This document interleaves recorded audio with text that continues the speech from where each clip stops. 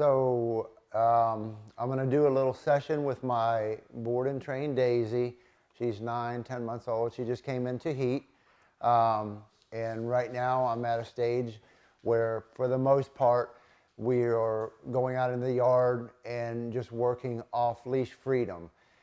With the e-collar, I don't use it for any type of precision. If you want close control, I use the leash and the pinch collar, and I suggest to all my clients use the leash and the pinch collar when they want tight control. The e-collar, where they can transition to off-leash freedom, off-leash control. So personally, I use the e-collar for a recall, maybe a little correction at a distance, but not much else. I use it for just loose off-leash freedom.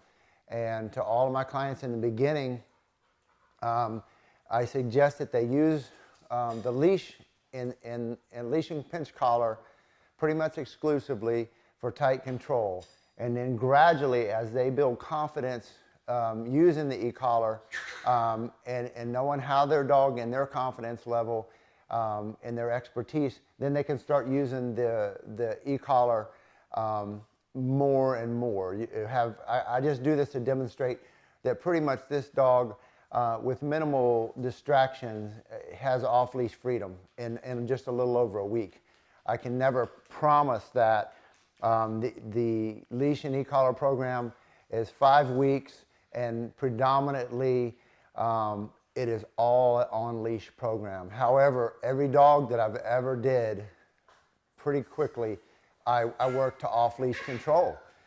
This particular little dog is a really, really nice little dog. She's 10 months old, and she's just a really nice dog. Likes toys, likes food. I have her work for just her kibble. Sometimes she works for kibble and a high-value treat if I'm introducing to the place board or something of that matter. But pretty much, she works for a kibble. So I pour her kibble, whatever her daily rations, in this bowl. And throughout the day when I'm working with her, this is her food reward. So when it's gone, her food is gone. So this is how we do it. So this is Daisy, 9 months old. She's a great little girl. And we're just going to meander around the yard. There's nothing special. We're just going to meander around, do a little bit of obedience, and demonstrate that this dog has off-leash freedom. I mean, there's no fences in my yard. She could take off running. And another little point I wanted to point out is a dog has to be accustomed and know how to shut off the pressure. So we use the pinch collar, and we teach them in a very methodical ABC way on how to relieve that pressure, and then they get rewarded for that. So that transitions to the e-collar as well. So the dog has to know how to shut that pressure off. So they get in a situation where you have to turn the stem up a little bit because they're really distracted, dogs, cats, whatever, that when you turn that stem up, they know how to fight out of it and shut that stem off by complying. In the beginning, I know a lot of goofy people out there just start stemming the dog, and the dog will run into the next county, especially when it's under stress. You turn it up, they don't know how to get out of that stress. They don't know how to get out of that stem, that pressure. So it's just disastrous. But if you teach in a very methodical way on how to shut the pressure off, first with leash and pinch collar pressure, then you overlay that pressure to the e-collar, so they're really confident on knowing how to shut that pressure off. It's just a recipe for success. It works really, really well. The other thing is I usually use a whistle. I condition a whistle. So if you condition a whistle with a very, very strong reward in addition to stem pressure, it's a very powerful trio. So I might come up with something in the beginning like little bits of kibble. That's my little chihuahua. She's guarding her bone. So I might use little pieces of steak. We might go out in the yard. I might have the whistle. She's at a distance, a little distracted. Tweet, tweet, tweet with the stem pressure. She turns, she comes for me. I mark it with a yes or the clicker, and she gets a whole little ration of high-value steak or something like that. So that's Daisy. That's all I would do. So that is a conditioned response. So what do you think the chances are the next time that dog goes out in the yard and I tweet, tweet, tweet, and she gets that stem pressure? 90% chance she's going to come running back because she's conditioned stem pressure, whistle, she's going to get something really high value. Now you don't do that all of the time, then you start mixing it off. But this is how you build confidence in trusting you and that pressure. So she knows that if she shuts off the pressure, something good's going to happen. Number one, the pressure is going to be relieved. Number two, she's going to get a reward, sometimes a high value reward. So that's just a little rant, long and short of my philosophy here with this. So come on, Daisy. Daisy, sit. Good girl, wait.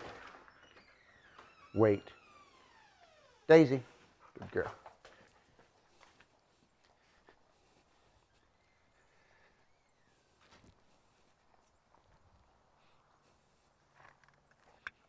Come on, Daisy. Come on, Daisy. Good girl. Good girl. Good girl. Yay, yay, yay. Daisy. Yay! Wow, look at you. Look at you, look at you, look at you. Yay! Wow. Daisy. Daisy. Yay! Good girl. Wow. Wow. So you can see I use a lot of movement. I don't just feed the dog. Movement equals excitement. Another thing you don't see me do is bribe the dog. I'm not having cheese, food, and going here, pooch here. The dog, I have no food at all on me at this stage. So the dog gives me something that I like, and then when she gives me something that I like, I mark and reward, and we both run back. It's very powerful. The dog's motivated. Daisy, here. Yes, good girl. Wow, wow, wow. Look at that. Look at that. Again, movement, movement, movement. Wow, good. So how much more exciting is that than just digging something out of your pocket and hand feeding it? You know, it's very powerful. Michael Ellis talks about this, making the reward a little mini event. So that's what I try to do. Get as much out of them as you can. De-stress this whole situation as much as you can. Come on, Dave. Good girl. Good girl.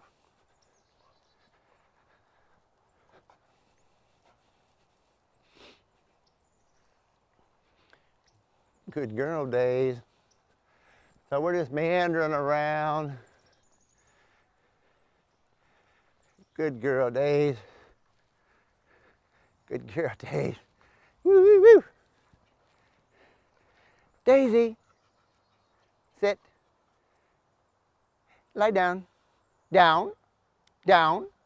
Lazy, lie down. Lie down. Good. So she had a few nicks of stem there, which is okay. Yeah! Wow! Let's go! Let's go! Good girl. Good girl. Good girl. Yay. Say yay. Wow. Good girly. Good girl. Daisy, sit. Sit. Wait. Good girl.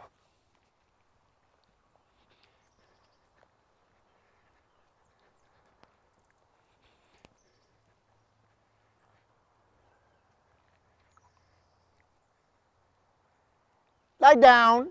Daisy, down. Good. Daisy.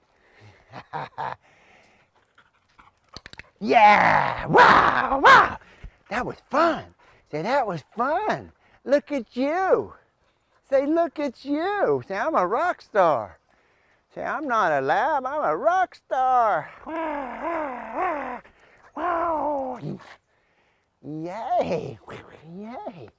That's a good girl. Let's go, Days. So again, just off-leash freedom.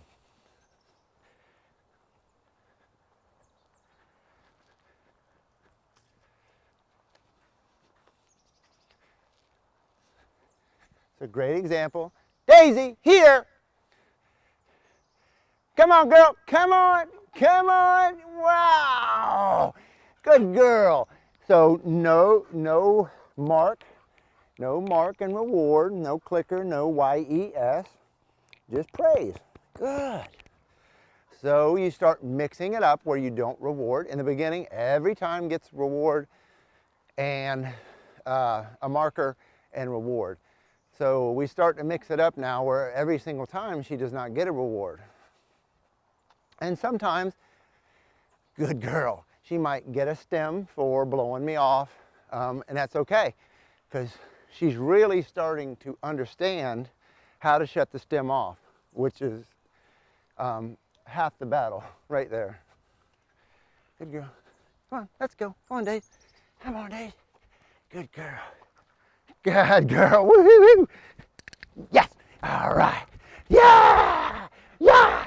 So she turned quickly, sharply, and followed me. So I marked it, and now she's going to get a food reward. Come on, Dave. Come on, Dave. She loves toys. Like the next session I come out, we might do a real short session with just toys, because she loves toys. Got a lot of toy driving. Come on, Dave. Let's go. Forgot to bring my whistle. If I would have brought my whistle, it's a very, very strong marker for her. She almost can't help herself but to come running with that whistle, because I've paired it with a marker and in the beginning something very high value. I don't have the whistle with me. Daisy, come on, baby. Good girl. Woo, woo, woo. Woo, woo, woo.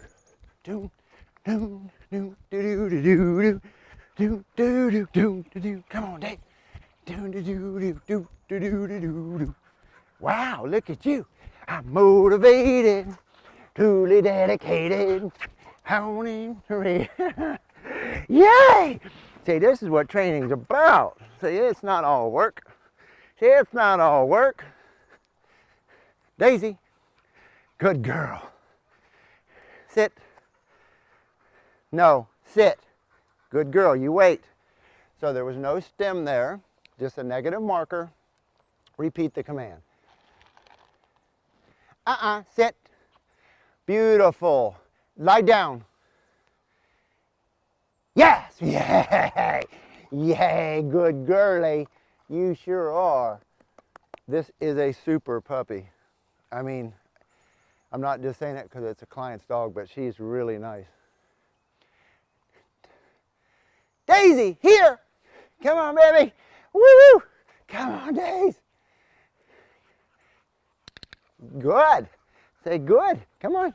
She's hot. It's kind of humid and hot out right now. Say yay. There you go. There you go.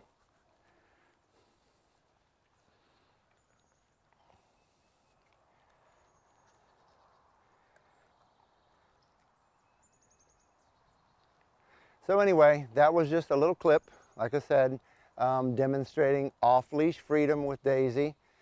She's coming along like at warp speed. So I've had her at Lowe's. I'm going to take her to Tractor Supply, Rural King, a few other places, and kind of generalize sits, down, stay. So sit means sit wherever you're at, not in your living room with a cookie in your nose. Sit means sit, down means down. In varying locations, the dog has to do that in many different locations to be able to generalize that sit does indeed mean sit and down does indeed mean down, no matter where you're at, under reasonable distractions. You don't start off that way, you gradually build up to that is your criteria. So,